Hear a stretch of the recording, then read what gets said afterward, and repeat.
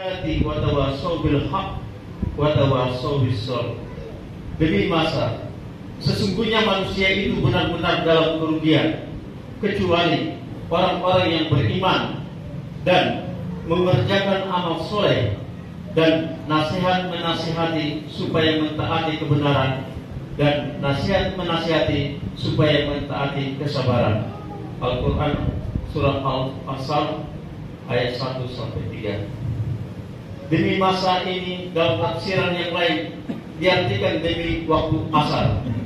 Kemudian dalam ayat yang lain Allah bersumpah pada waktu duha.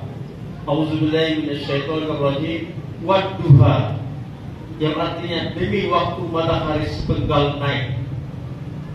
Quran Ad-Duha ayat 1. Begitu juga dalam ayat yang lain, yaitu wal fajr, demi fajar. Quran ayat fajar ayat 1. Dalam ayat yang lain disebutkan juga, yaitu pada Al-Quran ayat Lail ayat 1 dan 2. A'udzubillahi minasyaitonirrajim. Wal laili idza yaqsa wan nahari idza tajalla. Demi malam apabila menutupi cahaya siang dan demi siang apabila terang benderang.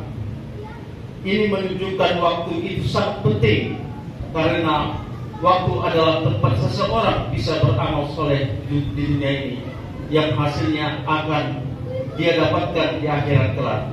Allah Ta'ala berfirman, dan dia pula yang menjadikan malam dan siang silih berganti bagi orang yang ingin mengambil pelajaran dan orang yang ingin bersyukur. Quran Surat Al-Furqan ayat 62. Ayat ini menjelaskan tentang fungsi waktu.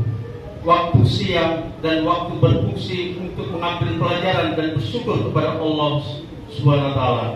Dalam tafsiran yang lain disebutkan sebagai waktu untuk berzikir, mengingat Allah Ta'ala Subhanahu wa Ta'ala. Dalam hadis yang lain Rasulullah SAW mengingatkan 5 perkara sebelum 5 perkara, yaitu perkara pertama, waktu mudamu sebelum datang waktu tuamu. Yang kedua, waktu sehatmu sebelum datang waktu sakitmu, dan masa kayamu sebelum datang masa kekafiranmu.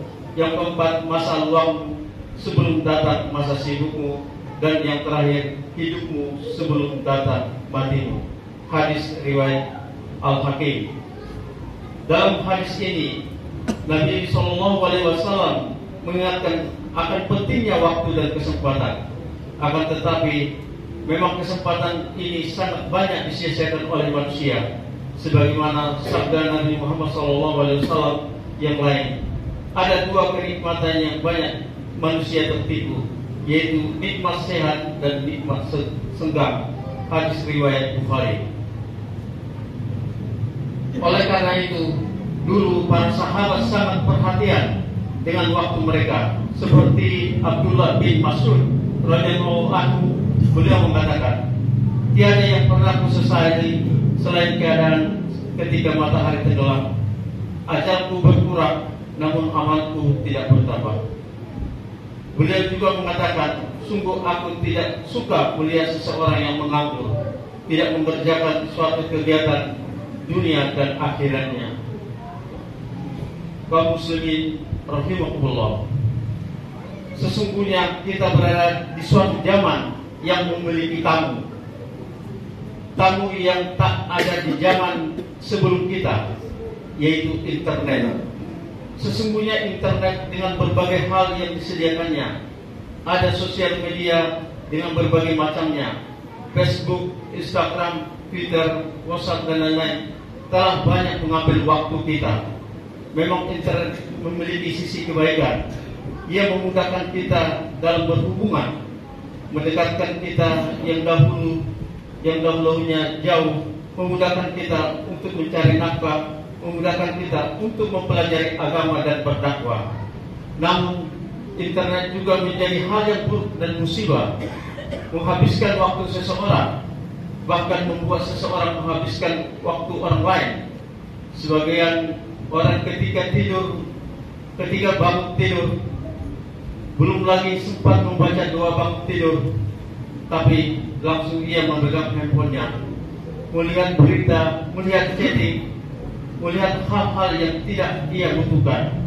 Bahkan ada suami istri berada di ruangan yang sama, keduanya bercanda dan tertawa, tapi bukan canda dan tawa pasangannya. Mereka bercanda dengan tertawa dengan HP-nya. Ada pula anak kecil yang diberikan HP oleh orang tuanya. Si anak semakin jauh dari orang tuanya. Ia lebih senang dalam dekapan HP dibanding dekapan kedua orang tuanya. Demikian juga ada yang sebelum tidur ia memegang HP, membaca berita-berita yang belum tentu bermanfaat untuk dirinya. Dia tidur dalam keadaan tidak berzikir dan berdoa sebelum tidurnya. Musibah internet ini bukan hanya menimpa orang-orang awam, tapi juga menimpa orang-orang yang soleh. Bahkan sebagian dari mereka memperlihatkan aktivitas ibadahnya untuk mendapatkan like dari berbagai orang-orang yang melihatnya.